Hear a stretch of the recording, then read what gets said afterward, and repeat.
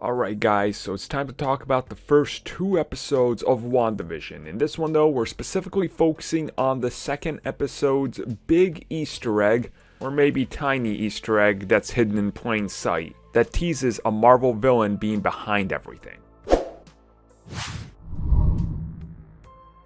So a quick shout out to one of our group members for pointing this out first. I haven't seen anybody else mention it, so yeah, shout out to him. Make sure you guys go follow him. He did leave where you can find him on an image that I'm tossing up on the screen right now. So during the intro of the second episode, there is a bunch of quick transition scenes. This of course is a tribute to Bewitched, the classic American sitcom, and during one of these transitions where Vision faces through the floor, you can briefly see the Grim Reaper's cowl. Now for some of you that aren't aware of who this character is, he has a pretty deep history. One of his most notable connections is the fact that his brother is Wonder Man. Now, if you start thinking of it that way from the comics, this also means that yes, he's also brothers with Vision, and Wanda is his former sister-in-law. Through what I can only assure you is a comic bookiness, he ends up becoming a villain known as the Reaper. Now, originally he was mostly just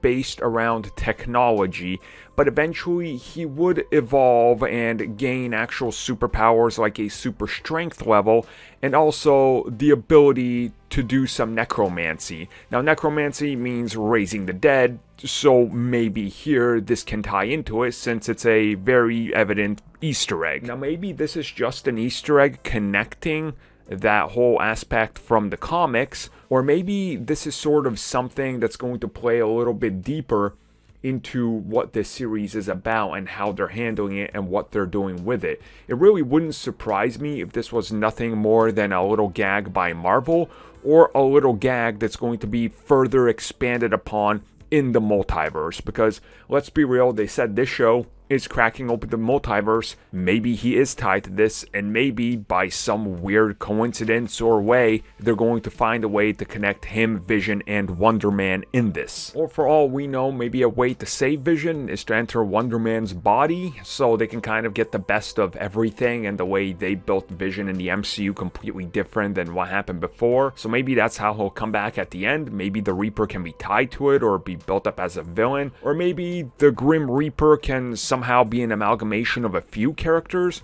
because we've seen in other series teasers and things that maybe they're going to be doing Mephisto, and there's some hints towards that. So maybe they're sort of looking at this as a way to bridge a couple different villains with an overarching sort of style slash direction slash using elements to be like, hey, maybe he's the same person pulling the strings, or the same person across different multiverses or realities, but he just takes different forms and names in different realities, which could honestly work.